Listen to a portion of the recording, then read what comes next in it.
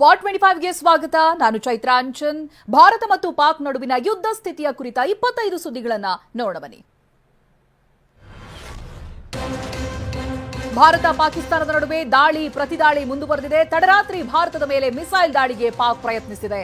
ಪಂಜಾಬ್ನ ಅಮೃತಸರದ ಬಳಿ ಭಾರತದ ಏರ್ ಡಿಫೆನ್ಸ್ ಸಿಸ್ಟಮ್ ಪಾಕ್ ಕ್ಷಿಪಣಿಯನ್ನ ಹೊಡೆದುರುಳಿಸಿದೆ. ವೈರಿ ರಾಷ್ಟ್ರ ಪಾಕಿಸ್ತಾನ ಮಧ್ಯರಾತ್ರಿ 1 ಗಂಟೆಗೆ ಮಿಸೈಲ್ ದಾಳಿಗೆ ಯತ್ನ ಪಟ್ಟಿದೆ. ಪಾಕ್ ಕ್ಷಿಪಣಿ ಭಾರತದೊಳಗೆ ಬರ್ತಾ ಇದ್ದ ಹಾಗೆ ಸೈರನ್ ಮೊಳಗಿದೆ. ಕ್ಷಿಪಣಿ ಹಾರಿ ಬರುವ ದೃಶ್ಯ ಸ್ಥಳೀಯರ ಮೊಬೈಲ್ ಹಾಗೆ ಸಿಸಿ ಕ್ಯಾಮೆರಾದಲ್ಲಿ ಸೆರೆಯಾಗಿದೆ. ಕಾಶ್ಮೀರದ ಗಡಿ ರೇಖೆಯುದ್ದಕ್ಕೂ ಪಾಕಿಸ್ತಾನದ ಶೆಲ್ ದಾಳಿ ನಡೆದಿದೆ. ಜನವಸತಿ ಪ್ರದೇಶಗಳನ್ನೇ ಗುರಿಯಾಗಿಸಿ ಅಟ್ಯಾಕ್ ಮಾಡ್ತಾ ಇದೆ ಪಾಕ್. ಈ ದಾಳಿಯಿಂದಾಗಿ ಗಡಿಯಲ್ಲಿನ ಮನೆಗಳಿಗೆ ಹಾನಿಯಾಗಿದೆ. 14 ದಿನವೂ ಪಾಕ್ನ ಉದ್ದಟತನ ಮುಂದುವರೆದಿದೆ.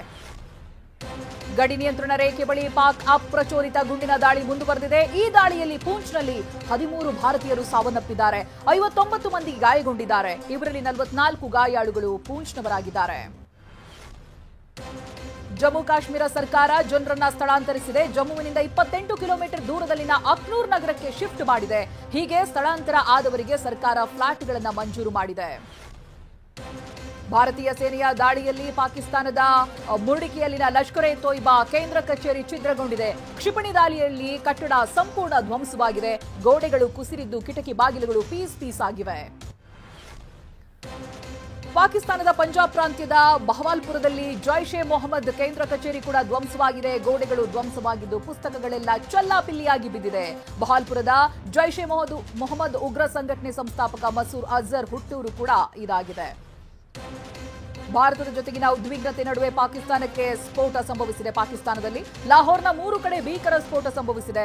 ಮಿಸೈಲ್ ದಾಳಿ ಮಾಡಿರುವುದರ ಬಗ್ಗೆ ಮಾಹಿತಿ ಲಭ್ಯವಾಗ್ತಾ ಇದೆ. ಲಾಹೋರ್ ನಗರ, ವಾಲ್ವನ್ ವಿಮಾನ ನಿಲ್ದಾಣ ಹಾಗೆ ಗುಲ್ಬರ್ಗ್ ಸೇರಿ 3 ಕಡೆ ಭೀಕರ ಸ್ಫೋಟ ಸಂಭವಿಸಿದೆ. ಪಾಕಿಸ್ತಾನದ ಲಾಹೋರ್ ಸೇರಿ 10 ನಗರಗಳಲ್ಲಿ ಸರಣಿ ಸ್ಫೋಟ ಸಂಭವಿಸಿದೆ. ಸರಣಿ ಸ್ಫೋಟದಲ್ಲಿ ಹಲವರು ಮೃತಪಟ್ಟಿರೋದ್ರ ಬಗ್ಗೆ ಮಾಹಿತಿ ಲಭ್ಯವಾಗ್ತಾ ಇದೆ. ಪಾಕ್ನ ಸಿಂಧ್, ಪಂಜಾಬ್ ಗಡಿಯ ಶೇಖ್ಪುರ, ಘೋಟ್ಕಿ, ಚಕ್ವಾಲದಲ್ಲಿ ಈ ಬ್ಲಾಸ್ಟ್ ಆಗಿದೆ. ಜಮ್ಮು ಕಾಶ್ಮೀರದಲ್ಲಿರುವ ಬಗ್ಲಿಹಾರ್ ಅಣೆಕಟ್ಟಿನ 5 ಗೇಟ್ಗಳನ್ನು ತೆರೆಯಲಾಗಿದೆ. ಇದರಿಂದ ಪಾಕಿಸ್ತಾನದಲ್ಲಿ ಪ್ರವಾಹ ಭೀತಿ ಎದುರಾಗಿದೆ. ಕಣಿವೆ ರಾಜ್ಯದಲ್ಲಿ ಧಾರಾಕಾರ ಮಳೆ ಸುರಿತಾ ಇದೆ. ಹೀಗಾಗಿ ಚನಾಬ್ ನದಿಗೆ ಅಡ್ಡಲಾಗಿ ಕಟ್ಟಿರೋ ಬಗ್ಲಿಹಾರ್ ಜಲಾಶಯದ 5 ಕ್ರಸ್ಟ್ ಗೇಟ್ಗಳನ್ನು ಓಪನ್ ಮಾಡಲಾಗಿದೆ. ಉಗ್ರರ ಮೇಲಿನ ದಾಳಿ ಸಂಬಂಧ ಕೇಂದ್ರ ಸರ್ಕಾರ ಸರ್ವ ಪಕ್ಷಗಳ ಸಭೆ ನಡೆಸಿತ್ತು. ಗೃಹ ಸಚಿವ ಅಮಿತ್ ಶಾ ಹಾಗೆ ರಕ್ಷಣಾ ಸಚಿವ ರಾಜನಾಥ್ ಸಿಂಗ್ ಸಭೆಯ ಮುಂದಾಳತ್ವವನ್ನು ವಹಿಸಿದ್ರು. ಈ ಸಭೆಯಲ್ಲಿ ಕೇಂದ್ರ ಸಚಿವ ಅಮಿತ್ ಶಾ, ಜೈಶಂಕರ್, ಲೋಕಸಭಾ ವಿಪಕ್ಷ ನಾಯಕ ರಾಹುಲ್ ಗಾಂಧಿ, ಮಲ್ಲಿಕಾರ್ಜುನ್ ಖರ್ಗೆ ಸೇರಿದಂತೆ ವಿವಿಧ ಪಕ್ಷಗಳ ನಾಯಕರು ಉಪಸ್ಥಿತರಿದ್ದರು. ಸರ್ವಪಕ್ಷ ಸಭೆಯಲ್ಲಿ ಆಪರೇಷನ್ ಸಿಂಧೂರ್ ಚರ್ಚೆ ನಡೆಸಲಾಗಿದೆ. ವಿಪಕ್ಷಗಳಿಗೆ ಸೇನಾ ಭೇಟಿ ಬಗ್ಗೆ ರಾಜನಾಥ್ ಸಿಂಗ್ ಮಾಹಿತಿಯನ್ನು ಕೊಟ್ಟಿದ್ದಾರೆ. ಯೋಧರ ದಿಟ್ಟ ದಾಳಿಗೆ ಸರ್ವಪಕ್ಷ ಸಭೆಯಲ್ಲಿ ಮೆಚ್ಚುಗೆ ವ್ಯಕ್ತವಾಗಿದೆ. ನಿರ್ಣಾಯಕ ಸಮಯದಲ್ಲಿ ಒಗ್ಗಟ್ಟಾಗಿರಬೇಕು ಅಂತ ರಾಜನಾಥ್ ಸಿಂಗ್ ಹೇಳಿದ್ದಾರೆ. ಆಪರೇಷನ್ ಸಿಂಧೂರ ಬಳಿಕ ಗಡಿಯಲ್ಲಿ ಪರಿಸ್ಥಿತಿ ಉದ್ವಿಗ್ನವಾಗ್ತಾ ಇದೆ. ಈ ಹಿನ್ನೆಲೆಯಲ್ಲಿ ರಾಷ್ಟ್ರೀಯ ಭದ್ರತಾ ಸಲಹೆಗಾರ ಅಜಿತ್ ದೋವಲ್ ಪ್ರಧಾನಿ ನರೇಂದ್ರ ಮೋದಿ ಅವರನ್ನ ಭೇಟಿ ಮಾಡಿ ಗಡಿಯಲ್ಲಿ ಜನರ ಸ್ಥಳಾಂತರದ ಕುರಿತು ಮಾಹಿತಿಯನ್ನು ಕೊಟ್ಟಿದ್ದಾರೆ. 50 ನಿಮಿಷಕ್ಕೂ ಹೆಚ್ಚು ಕಾಲ ಮೋದಿ ಜೊತೆಗೆ ಮಾತುಕತೆ ನಡೆಸಿದ್ದಾರೆ.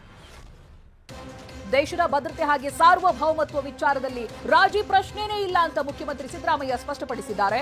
ಪಾಕಿಸ್ತಾನದ ಭಯೋತ್ಪಾದಕ ನೆಲೆಗಳ ಮೇಲಿನ ನಮ್ಮ ಸೈನ್ಯದ ದಾಳಿಗೆ ಇಡೀ ಕರ್ನಾಟಕ ಬೆಂಬಲವಾಗಿ ನಿಂತಿದೆ ಅಂತ ಟ್ವಿಟರ್ನಲ್ಲಿ ಸಿಎಂ ಪೋಸ್ಟ್ ಮಾಡಿದ್ದಾರೆ. ಪಹಲ್ಗಾಮ್ ದಾಳಿಯ ಇಂಚಿಂಚು ಮಾಹಿತಿ ಬಿಚ್ಚಿಟ್ಟ ಕರ್ನಲ್ ಸೋಫಿಯಾ ಬೆಳಗಾವಿಯ ಸೊಸೆ ಅನ್ನೋದು ಗೊತ್ತಾಗಿದೆ. ಸೋಫಿಯಾ ಪತಿ ತಾಜುದ್ದೀನ್ ಗೋಕಾಕ್ ತಾಲೂಕಿನ ಕೊಣ್ಣೂರು ಗ್ರಾಮದ ನಿವಾಸಿಯವರು. ದಂಪತಿಗಳು ಇಬ್ಬರೂ ಕೂಡ ಭಾರತೀಯ ಸೇನೆಯಲ್ಲಿ ಕರ್ನಲ್ ಆಗಿ ದೇಶ ಸೇವೆ ಸಲ್ಲಿಸುತ್ತಿದ್ದಾರೆ. ಆಪರೇಷನ್ ಸಿಂಧೂರವನ್ನ ಶಾಸಕ ಬಸನಗೌಡ ಪಾಟೀಲ್ ಯತ್ನಾಳ್ ಕೊಂಡಾಡಿದ್ದಾರೆ. ದಾಳಿ ಇಷ್ಟಕ್ಕೆ ನಿಲ್ಲೋದಿಲ್ಲ. ಮತಾಂಧ ಶಕ್ತಿಗಳು ಪಾಕಿಸ್ತಾನ, ಐಎಸ್ಐ ವಿರುದ್ಧವಾಗಿ ನಿರಂತರವಾಗಿ ಹೋರಾಟ ಮಾಡುವಂತ ಅನಿವಾರ್ಯತೆ ದೇಶಕ್ಕಿದೆ ಅಂತ ಯತ್ನಾಳ್ ಹೇಳಿದ್ದಾರೆ. ಆಪರೇಷನ್ ಸಿಂಧೂರ್ ಕಾರ್ಯಾಚರಣೆ ಯಶಸ್ವಿಯಾದ ಹಿನ್ನೆಲೆಯಲ್ಲಿ ವಿಜಯೋತ್ಸವ ಆಚರಿಸಲಾಯಿತು. ಕೋಲಾರದಲ್ಲಿ ರೈತ ಸಂಘ ಸಿಹಿ ಹಂಚುವ ಮೂಲಕವಾಗಿ ಸಂಭ್ರಮಿಸಿದ್ರು. ರೈತರು ಸೈನಿಕರ ಪರ ಘೋಷಣೆ ಕೂಗಿದ್ರು.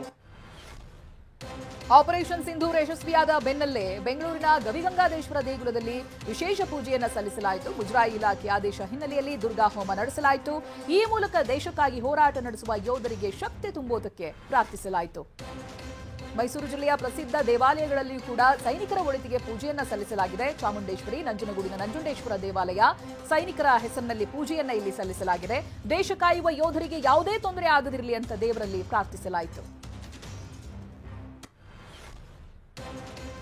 ಮಂಗಳೂರಿನ ಕುದ್ರೋಳಿ ಗೋಕರ್ಣನಾಥ ದೇವಸ್ಥಾನದಲ್ಲಿಯೂ ಸೈನಿಕರ ಹೆಸರಿನಲ್ಲಿ ಪೂಜೆ ಸಲ್ಲಿಸಲಾಯಿತು. ಮಹಾಗಣಪತಿ ಕಾಲಭೈರವ ಅಮ್ಮನವರಿಗೆ ವಿಶೇಷ ಪೂಜೆಯನ್ನು ಸಲ್ಲಿಸಿ ಭಾರತೀಯ ಸೈನಿಕರ ಶ್ರೇಯೋಭಿವೃದ್ಧಿಗಾಗಿ ಪ್ರಾರ್ಥನೆ ಮಾಡಲಾಯಿತು. ಮಹಿಳೆಯರಿಗೆ ಅರಿಶಿಣ ಕುಂಕುಮ ಹೂ ನೀಡಲಾಯಿತು.